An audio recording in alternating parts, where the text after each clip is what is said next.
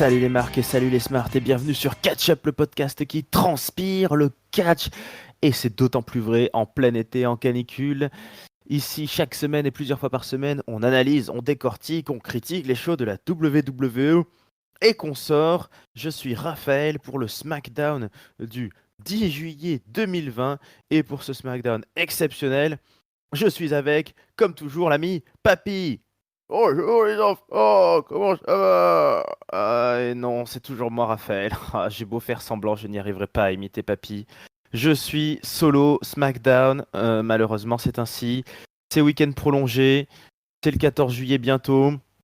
C'est la fête nationale en France, si vous ne le savez pas, si vous nous écoutez d'un lointain pays.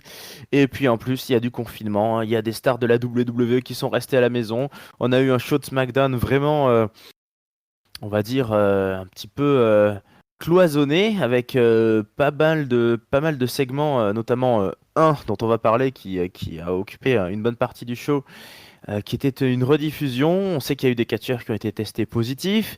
Du coup, nous, on prend pas de risque à catch-up, on apprend qu'il y a des cas positifs, on a renvoyé tous nos vieux en maison de retraite, pas de papy, pas d'under tonton. Il ne reste que le seul de l'équipe qui est moins de 30 ans, si ma mémoire est bonne, mais je crois bien que mes collègues sont plus vieux que moi. Bref, on est parti pour un solo, pour un monologue. J'espère que ça va quand même, que vous prendrez le temps d'écouter. Du coup, ça va être un petit peu plus rapide que d'habitude. Donc le SmackDown a commencé par un segment du Miz TV avec le Miz et John Morrison. Le Miz qui introduit son invité du soir en nous disant que voilà, il est celui qui affronte sa destinée, qui revient toujours après avoir plongé, après avoir vécu des bas, il revient toujours vers le haut. Bref, il nous annonce Jeff Hardy, mais John Morrison, lui, s'amuse régulièrement à se foutre de la gueule du futur invité, se moquer de sa peinture faciale ou de son addiction pour l'alcool ou autre. Bref, Jeff Hardy finit par arriver. Le Miz lui demande s'il a un clip. Jeff Hardy n'a pas de clip à diffuser. Donc Miz et Morrison envoient leur propre clip, qui est en fait une review, un résumé de la feud entre Jeff Hardy et Sheamus, mais clairement au désavantage de Jeff Hardy. On a toute l'histoire sur ses addictions passées, sur le fait que Sheamus lui renvoie ça à la gueule. On voit le fait que Jeff Hardy perd au match qu'ils ont eu à Backlash. On revoit la douloureuse scène du toast qu'on a eu la semaine dernière. Bref, on revoit la feud et le Miz se fout un peu de Jeff Hardy en lui disant ben voilà, normalement dans les films, dans les histoires, quand le gentil surpasse toute l'adversité et revient, et ben il gagne. Et sauf que toi, là, Jeff Hardy, toi, tu fais rien comme tout le monde, rule breaker, tu perds. Et le Miz il dit que sa fille à lui, au Miz, la petite chez Monroe Sky ou je sais plus comment elle s'appelle, les enfants du Miz. Regardez Miz and Mrs pour le savoir. Et bah, la fille du Miz, elle comprend pas trop le catch, elle est toute petite, mais elle aime beaucoup Jeff Hardy parce qu'elle aime bien les couleurs, elle aime bien que ça sautille et tout, mais le Miz, il aimerait pas que sa fille s'attache à quelqu'un qui est comme ça aussi autodestructeur et dont elle connaît pas la partie obscure. Jeff Hardy les rassure et leur dit, vous savez, moi j'ai connu bien pire dans ma vie, j'ai connu des bas bien plus trash que vous ne connaîtrez jamais. C'est pas les quelques moqueries grasses de Sheamus qui vont me faire replonger dans mes addictions. Et même Jeff, il veut prouver, encore une fois, il rejoue ce rôle de l'étendard de l'anti-alcoolisme en disant voilà, je veux prouver à tous les gens qui m'écoutent chez eux que c'est possible, qu'on peut changer, qu'on peut se battre, qu'on peut s'en sortir. Et là, Miz et Morrison, ils proposent un truc. Ils disent mais voilà ce que tu devrais faire. Et ben, tu veux une revanche, c'est sûr, là, sur Sheamus. Tu devrais le défier dans un bar fight. Ah ouais, John Morrison, il est à fond. Il dit imagine, tu affrontes ton ennemi physique qui est Sheamus et tu affrontes ton ennemi métaphorique qui dit l'alcool, ton addiction passée. Donc Jeff Hardy il dit ah ouais c'est vrai que ça fait une sorte de handicap match. Alors Jeff Hardy il croit que le Miz et Morrison sont envoyés par Sheamus pour proposer cette stipu, ce qui n'a pas l'air d'être le cas, visiblement ça sort plutôt de leur propre chef.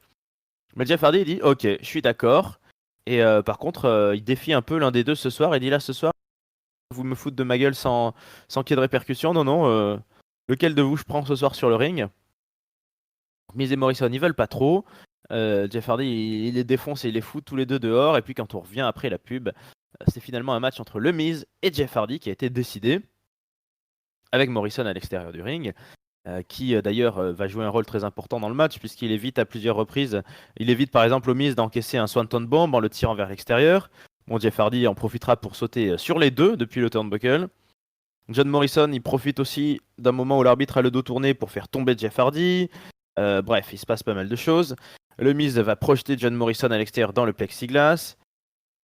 À un moment, il y a un petit botch là qui m'a fait mal. Jeff Hardy, il est coincé les têtes entre les cordes par le Miz qui lui fait, je sais plus comment on appelle cette prise, mais bref, il fait un mouvement de bascule pour que la tête de Jeff frappe les cordes. Il frappe bien sur la tête là, ça devait faire mal. Bref, le Miz domine, il envoie ses yes kicks ou je ne sais plus comment il les appelle, ses hit kicks, pardon, maintenant. Et puis, comme d'habitude, à un moment donné, Jeff Hardy se réveille, il enchaîne, leg drop, drop kick, etc. Et puis au moment où il prépare le Swanton Bomb, on revoit Sheamus qui apparaît sur les écrans du Titantron, qui est encore en train de boire une bière. Il a une petite Guinness, une petite binouse, une brune, là, il est là, ouais, c'est bon, c'est de la bonne, tu devrais tester, Jeff Hardy, etc. Pendant ce temps, le Miz, puisque le match a continué, le Miz tente un roll-up, mais c'est Jeff Hardy qui inverse la prise et qui réussit à placer un roll-up. 1, 2, 3, victoire de Jeff Hardy, qui s'en va très vite. Et Sheamus regarde sur le Titantron d'un air totalement vide. On ne sait même pas s'il a vu que Jeff Hardy avait gagné. Bref, qu'est-ce que ça nous dit tout ce segment? Moi, j'ai trouvé ça plutôt divertissant. Le Miz et Morrison, je les trouve toujours assez fun à voir, que ce soit dans les Miz TV ou même sur le ring. Jeff Hardy a fait une partition assez classique qui commence quand même pas mal à se répéter. Je sais pas ce que vous en pensez. Le côté, voilà, j'ai été alcoolique, j'ai eu des bas, maintenant je remonte, je reviendrai plus là où j'étais, je suis l'étendard de l'alcoolisme et de tous les gens qui se battent contre ce problème. Bon, ça commence à être un peu répétitif. Par contre, Extreme Rules arrive. On sent qu'on va avoir un pay-per-view très cinématique, puisqu'il y aura déjà au moins 2 matchs qui risquent d'être cinématiques. Donc là, un troisième, un bar fight, et j'ai envie de dire oui, oui, oui, moi je suis totalement pour, qui se mettent sur la gueule, qui pètent des bouteilles, qui cassent la gueule à des serveurs à nouveau. Je veux ça, qui passe à travers des tables en bois dans un. J'aimerais un vrai bar fight, c'est-à-dire que ça soit vraiment, vraiment hors du ring, vraiment dans un vrai bar et vraiment cinématique. Pas qu'il nous fasse un coup. Ça me ferait chier qu'ils fassent un truc du genre on est sur le ring, on est au Performance Center, mais juste on a des bouteilles et un décor vaguement cheap de bar autour, comme ils sont capables de nous faire. Non, non, un vrai bar et voire même un pub à l'anglaise, à l'irlandaise, là j'ai envie de voir. Et puis après, ce qui aurait pas un coup à jouer, chez eux, c'est les quand même multiples champions du monde tag team avec une équipe qui s'appelait The Bar. Alors est-ce qu'on pourrait avoir une évocation de ça? Est-ce que Cesaro pourrait venir aider son copain? Bon, on verra plus tard que Cesaro a l'air parti sur d'autres routes, mais il y a quelque chose à jouer là dans ce match et j'ai hâte de voir ça. Justement, en parlant de Cesaro et Nakamura, son nouveau partenaire tag team, ce soir ils affrontent pour les titres tag team le New Day et la nouvelle intervieweuse qui s'appelle Sarah je ne sais quoi leur dit est-ce que ça sera un upset? Est-ce que ça sera une surprise? Est-ce que ça sera une vexation que vous gagnez ce soir contre le New Day? Et ça les vexe à Cesaro et Nakamura. Ils disent bah non, non, nous on est. Vous savez pas qui on est ou quoi? On est les meilleurs au monde. C'est pas du tout décevant si nous on bat le New Day. C'est pas du tout une surprise. Cesaro il dit même qu'il en a marre du New Day, qu'il est sick du New Day. Ça le rend malade. Ces 3 mecs qui changent jamais, qui diffusent des t-shirts, des céréales et tout. Alors c'est marrant, il m'a paru vieux Cesaro dans cette interview. Je sais pas s'il a maigri, s'il est fatigué, mais je trouve que ses traits du visage, sa barbe de 3 jours, j'ai l'impression qu'il avait pris un coup de vieux. Bon, c'est peut-être qu'une impression. Et ensuite, nous retournons au ring pour un petit passage féminin. Donc, Bayley et Sasha Banks arrivent. Elles sont à peine sur la rampe que Nikki Cross arrive par derrière et se met à attaquer Bayley. Puis Alexa Bliss vient l'aider. Et donc on se retrouve en tag team match, Bayley et Banks contre Alexa Bliss et Nikki Cross. Au début du match, à un moment donné, alors qu'elles sont en train de dominer les deux championnes, donc Bayley et Banks vont s'énerver contre les commentateurs. On comprend pas trop pourquoi, elles les trash talk. Et du coup, Nikki Cross pendant ce temps en profite pour voler la ceinture de champion du monde de Bayley et parader un petit peu avec. Là, à faire une sorte de danse du ventre. Elle a l'air toute contente de son coup. Bon, ok, pourquoi pas. Ensuite, les deux championnes dominent Alexa Bliss pendant longtemps. Puis il y a un hot tag. Nikki Cross rentre fort. Elle nettoie bien le ring. Elle est proche de placer la victoire presque sur Bayley. Mais Sasha Banks brise le tombé, brise le pin. Et ensuite, Bayley réussit à voler un pin avec un appui un peu raté. Elle essaye de s'appuyer sur les cordes, mais elle est trop loin. Mais bref, elle s'appuie quand même. On va dire qu'elle s'appuie parce que les commentateurs nous disent qu'elle s'appuie. Bref, c'est pas bien. C'est pas bien de s'appuyer sur les cordes, c'est interdit. Bailey vole le pin, c'est vraiment pas très gentil. Pendant que Sacha avait envoyé Alexa Bliss dans les barricades et que Nikki Cross tapait Sacha du coup à l'extérieur.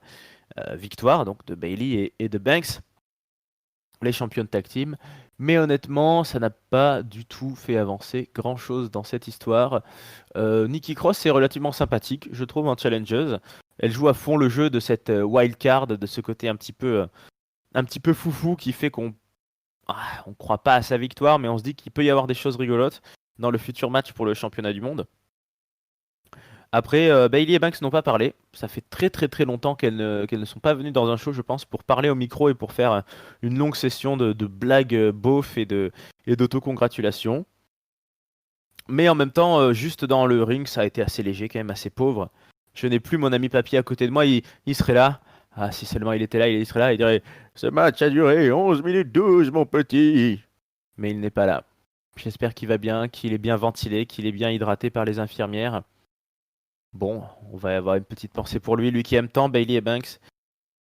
Mais ça n'a pas été quelque chose de passionnant. Et puis bon, bah voilà, on a l'affiche bookée. On sait que Sasha Banks sera du côté de Raw pour le prochain pay-per-view à affronter Asuka et que Bailey va affronter Nikki Cross. Donc on comble, mais ça n'ajoute pas grand-chose à la feud, clairement. D'ailleurs, D'ailleurs, Bailey n'a pas paru plus énervé que ça qu'on lui vole sa ceinture, donc c'était un peu un coup d'épée dans l'eau. Et puis, j'en parlais en introduction, nous partons dans le passé. Ah oui, papy, qu'est-ce que tu me dis? C'est le coffre à catch, mes enfants!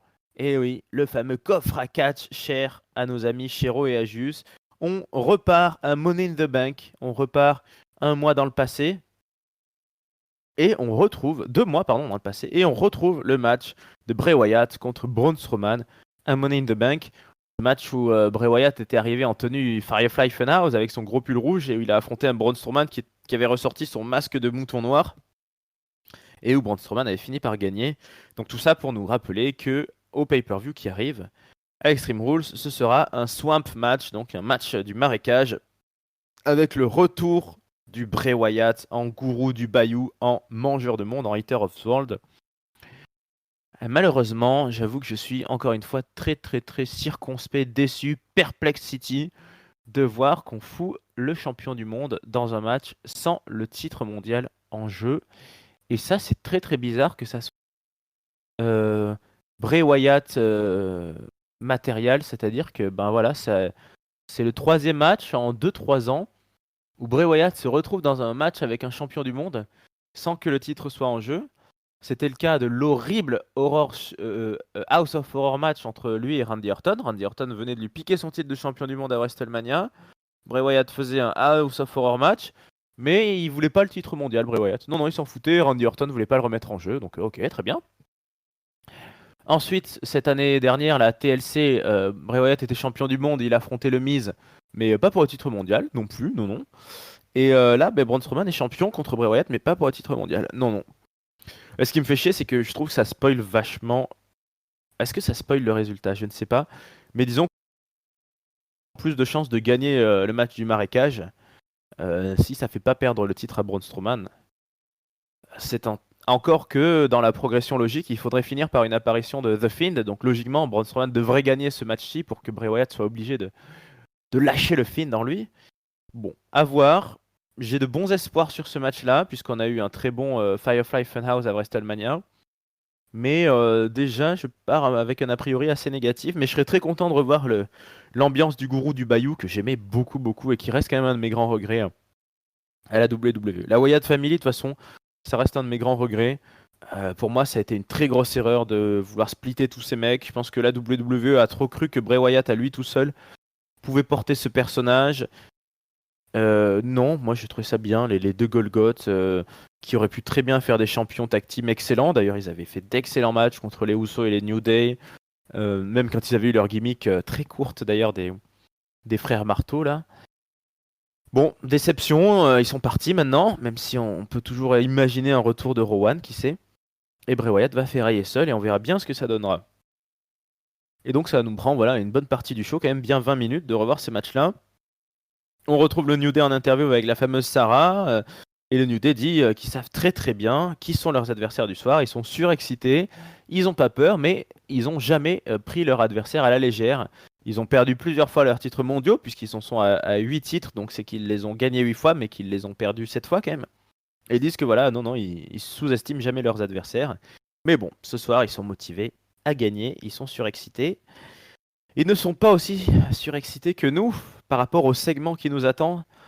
C'est inédit dans l'histoire du catch, c'est extraordinaire, c'est magnifique. C'est un karaoké, une compétition de karaoké entre j'allais dire les low carders, c'est un peu violent, mais entre les antagonistes de la division féminine de SmackDown, les protagonistes, pardon. Jey Uso est le présentateur. Jey Uso, bon, il est pas mal, il a une voix. Bon, il a sa voix du Uso, il nous porte là, il nous met Hey, yeah, hey, yeah, my boy, ah, yeah, yeah, machin, on est dans un truc hey, woo, karaoké, yeah. Lacey Evans, Dana Brooke, Tamina et Naomi vont chanter des theme songs de la WWE et ça va être concours d'applaudissements pour la gagnante.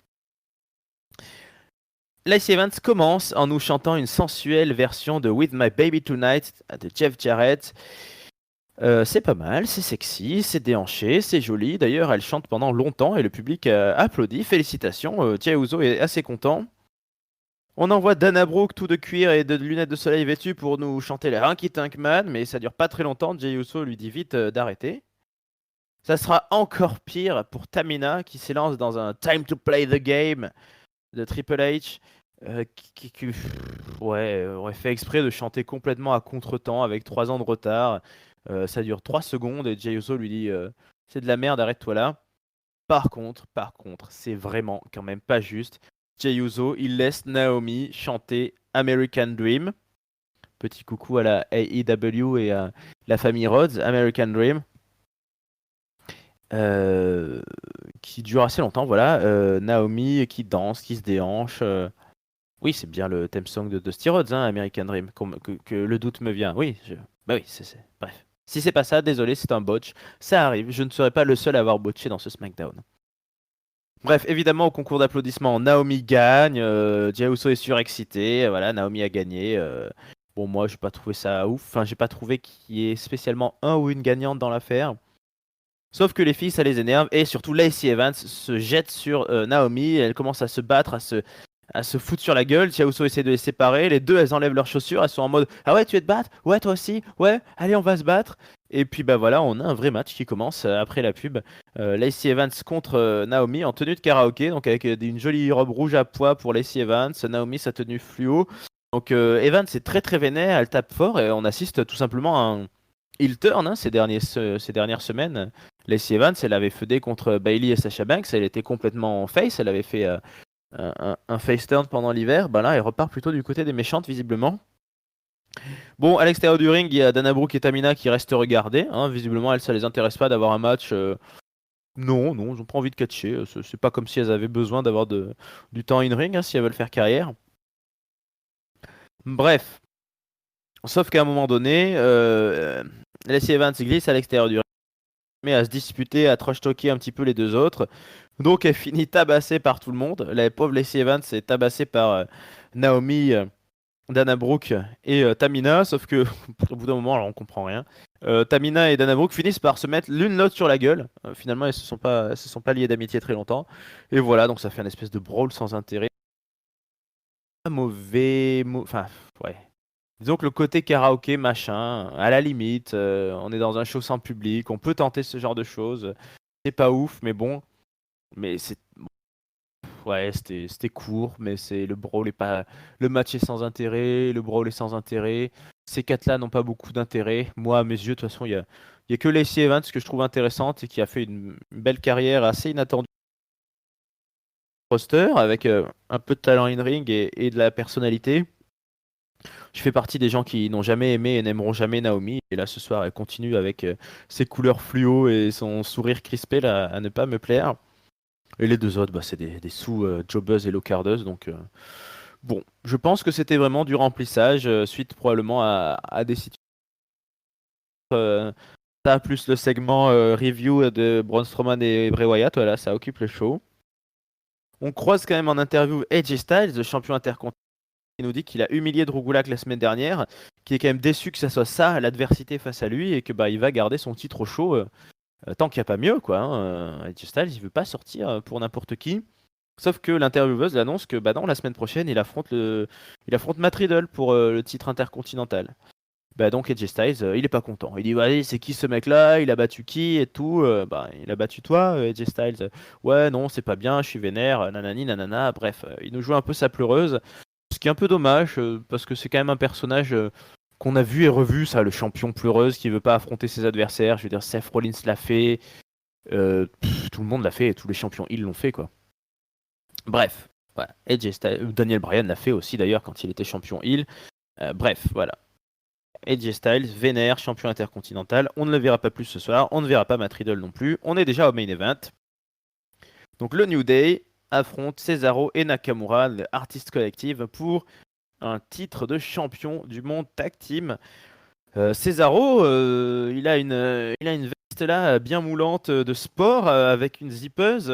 Il m'a fait presque penser qu'il faisait partie de Imperium, ce fameux clan de NXT et de NXT UK mené par Walter, ce fameux clan de catcheurs qui considère que le ring est sacré, que à la WWE ou dans le catch, on ne devrait pas mettre des costumes de clown, on ne devrait pas danser comme des acrobates et machin, et envoyer des pancakes, et avoir des flonflons, des couleurs et tout, que non, il faut être une espèce d'athlète à l'ancienne et devenir juste pour catcher un gymnaste.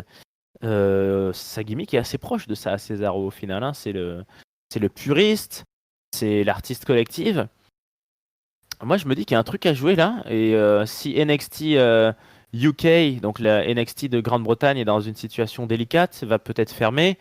Walter, le champion d'ailleurs de NXT UK, le leader de Imperium, est un catcheur qui est dans une situation assez drôle. C'est lui en fait qui tient la négociation avec la WWE. Il doit être très demandé, il doit avoir largement le choix de là où il veut bosser. Et clairement, il annonce en interview que lui, ça l'intéresse pas trop d'aller vivre aux États-Unis, ce qu'on peut comprendre dans l'état actuel des choses. Et donc, il veut bien bosser pour la WWE, mais il aurait préféré rester en Grande-Bretagne, quitte à venir de temps en temps faire une petite pige à la WWE. Moi, je me dis que j'aimerais bien le voir. Je suis pas un grand fan de Nakamura depuis qu'il est à la WWE. Je dois dire, le fait qu'il soit en tag team, c'est beaucoup mieux que quand il est en solo. Mais à la limite, si on échange Nakamura et qu'on remplace par Walter et qu'on a une tag team Walter Cesaro Imperium du monde, ouais, ça me plairait bien. Moi, j'aimerais bien que Walter, il se décide à, au lieu de venir faire une pige de temps en temps, qu'il accepte de venir faire des runs. C'est-à-dire, bon, allez, il vient faire 6 mois à la WWE, allez, il vient vivre 6 mois aux USA. Bon, bah, il perd une défaite cuisante à un moment donné, il s'en va, il retourne catcher où il veut, en Grande-Bretagne s'il veut. Un an après, il revient faire 3-4 mois pour un Rumble, pour une Road to WrestleMania. Non, je préférais le voir à temps plein à la WWE, mais je pense que c'est jouable. Et vraiment, Cesaro, là, ça m'a sauté aux yeux. Je me suis dit. Alors, je sais pas, j'ai pas regardé NXT ces dernières semaines. Est-ce que c'est quelque chose de plus évident? Est-ce que le Imperium recrute? Ils sont champions à NXT aussi, tag team. Il y a peut-être un truc, ou alors je me fais des idées, mais voilà, je me suis peut-être fait un booking dans ma tête. En tout cas, le temps que je me fasse ce booking dans ma tête, le match commence. Les challengers par isoler Kofi Kingston, à le dominer pendant longtemps dans le coin du ring en faisant des tags rapides, et puis ça change de côté et Cesaro encaisse le Unicorn Stampede du New Day. Kofi Kingston, à un moment donné, s'élance sur la troisième corde, saute à l'extérieur du ring et il encaisse un énorme percute de Cesaro qui était en bas. Biggie, lui, va avoir son moment de force à faire les belly-to-belly suplex à Cesaro dans tous les sens, mais il rate le dernier splash. Cesaro sort sa série de uppercut et de elbow sur le fameux Biggie. Mais à un moment donné, le New Day repart en force. Il porte une espèce de bombe sur Cesaro, une double bombe. Comment dire, Biggie s'élance pour porter la bombe, Cesaro fait ensuite, bref. Mais Kofi Kingston se retrouve face à Nakamura qui remontait sur le ring. Cesaro aussi, ils sont les quatre à se mettre sur la tronche. Ça tape dans tous les sens, l'arbitre il compte 5, hein, etc. Le brawl, ça n'arrête plus, c'est le bordel, tout le monde se met sur la gueule, plus personne ne respecte rien, dis donc c'est pas bien, l'arbitre il sonne tout simplement une double disqualification. Bah ouais, je suis désolé, on peut pas en rester là. On n'est pas à Extreme Rules les amis, on n'y est pas encore. Donc vous vous calmez, les règles sont les règles. Bref, ça n'arrête pas trop les belligérants. Intérieur, Cesaro envoie Biggie la tête contre la table des commentateurs. Il sort une table dessous le ring. On se souvient que il y a quelques semaines, il avait déjà voulu sortir une table, mais il avait été empêché ensuite par, par le New Day de mettre ses plans à exécution. Sauf que ce coup-ci, ben, il le fait. On envoie Biggie un petit coup dans les escaliers et sur le ring, Cesaro et Nakamura couchent Biggie sur une table qu'ils viennent de dresser, les fameuses tables en bois chères à la WWE sur tréteau. Cesaro se met sur le turnbuckle, il prend Kofi Kingston en powerbomb et il le powerbomb sur Biggie, sur la table, et ça passe à travers la table. Et ensuite, les deux challengers, la tag team suisso-japonaise ou nippono-suisse, célèbrent ce qui n'est pas une victoire, mais ce qui est quand même. Je pense que là, c'est bon, on peut le dire sans trop prendre de risques. On aura un tables match tag team à Extreme Rules, et ça me tente pas mal.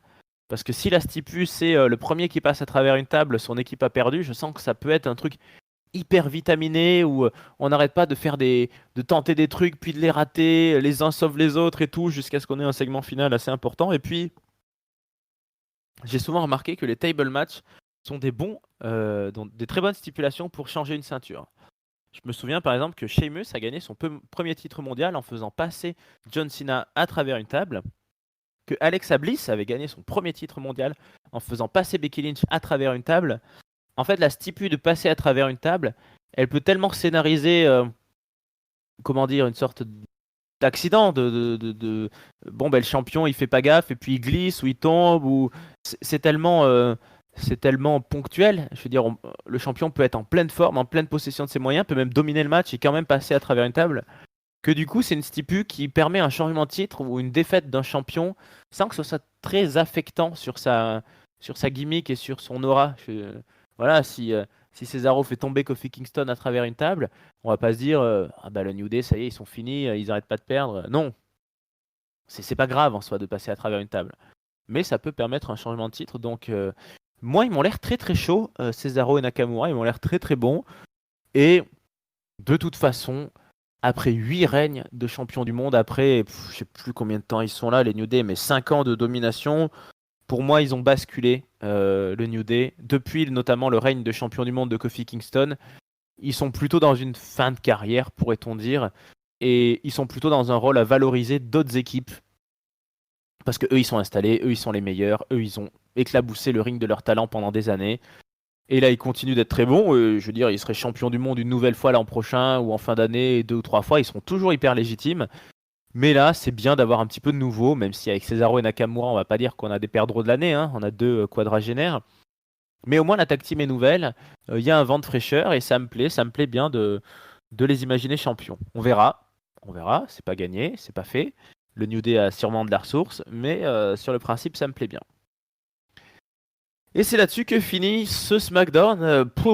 Voir Cesaro en main event de SmackDown. Les amis, il fallait bien un Covid, je pense. D'ailleurs, c'est l'avis de mon ami Papy qui m'a envoyé ce message. Il a envoyé son mot de la fin. Papy, ton mot de la fin, tu peux me le dire sur ce SmackDown? Eh oui, les enfants.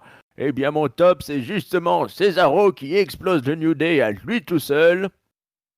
Le flop, c'est tout le reste du show, c'était vraiment pas bon, mais plus particulièrement les finishes tout foireux, les roll-ups pourris. Et je donne une note de 1,25 parce que c'était vraiment pas bien. Merci Papy pour ce témoignage hors du commun. Pour ma part, je te trouve un peu dur, mais c'est vrai que j'ai été assez surpris moi-même par ce show. On n'a pas trop compris là, qu'est-ce qui s'est passé, pourquoi on avait si peu de catch, hein. Je crois que c'est toi qui nous disais ça un petit peu plus tôt dans une conversation sur notre Discord. Allez sur le Discord de Catch Up pour témoigner, les amis, pour discuter. Allez aussi sur Twitter, Instagram, Facebook, Catch Up CDC. Écoutez-nous sur YouTube, écoutez-nous sur PodCloud, sur iTunes, sur Spotify. Mettez-nous des cœurs, des pouces, des plus 1. Abonnez-vous, tapez la cloche, comme on dit. Donc sur ces réseaux sociaux, sur le Discord, Papy, tu te demandais voilà, si SmackDown a son roster malade, euh, et puis que ça te donnait l'impression un peu qu'il y avait des catcheurs bloqués en Arabie Saoudite ou bloqués par un volcan. C'est vrai qu'on a eu tellement 4 matchs, dont 2 qui finissent par un roll-up, le match de Jeff Hardy et le match tag team des filles. Un match qui n'était pas vraiment zen pour l'histoire du karaoké, et un match final quand même relativement qualitatif qui finit en DQ.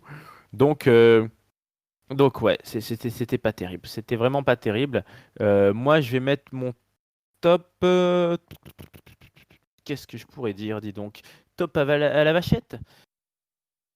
Ouais, on va rester sur ton idée. Désolé, papy, de te copier un petit peu. Je fais mon flemmard, mais top au main event. Top au main event en général, dont Cesaro, bien sûr, mais top au main event. Même si, bon, un match qui finit en disqualification, c'est jamais ouf, mais on a une phase de domination des challengers qui a été assez agréable à suivre. Et pour le flop, ouais, moi je vais mettre surtout le segment karaoké. Ouais, pas trop être terrible, hein. Les filles qui catchent en petite robe et tout, c'était vraiment pas très bon. En plus, voilà, on n'a rien compris des alignements, tout ça qui se met sur la gueule, Tamina, Dana Brooke, etc. Donc c'était pas terrible. Moi je vais mettre un petit 1,5 parce que mine de rien, j'ai bien aimé l'intro et la fin, en fait. Le Miss TV avec Jeff Hardy, ça n'a pas fait avancer les choses beaucoup, mais c'était efficace. Le Miz et Morrison sont très divertissants. Jeff Hardy s'en sort pas mal. Ça fait chier d'avoir Sheamus juste en vidéo, mais bon, à la limite, pourquoi pas. Ensuite, on a un gros trou noir, tout le corps du show, avec tout ce qui était la rediff de Braun Strowman, le match de Bayley et des filles, le karaoké, tout ça. Et après, on a un bon main event qui sauve un petit peu le truc. Mais c'était très pauvre, et j'espère qu'on aura mieux la semaine prochaine, parce que là, on arrive vers le Go Home Show. Enfin, cette semaine, quand vous nous écouterez, ce dimanche. C'est Extreme Rules Horror Show, et ben on verra bien ce que la WWE va nous proposer. Heureusement, c'est plus intéressant quand même du côté de Raw. On va vite voir cette semaine si, si la situation de Covid touche Monday Night Raw. J'imagine que la WWE a été assez intelligente pour faire travailler les catcheurs du show rouge et du show bleu sur des jours risque de contamination, mais qui sait, on verra bien. D'ici là, j'espère que ça vous a plu de m'écouter en solo. C'est jamais facile, mais voilà, on le fait. Quand il y a besoin, on le fait. Je vous souhaite à tous une très bonne semaine pleine de catch. Merci d'avoir écouté Catch Up, d'avoir écouté Raphaël. La prochaine fois, on sera plusieurs, je vous l'assure. Moi, je pars en vacances, je pars pendant une semaine. Je vous laisse au bon soin de mes amis. Ciao, ciao, et à très bientôt sur Catch Up.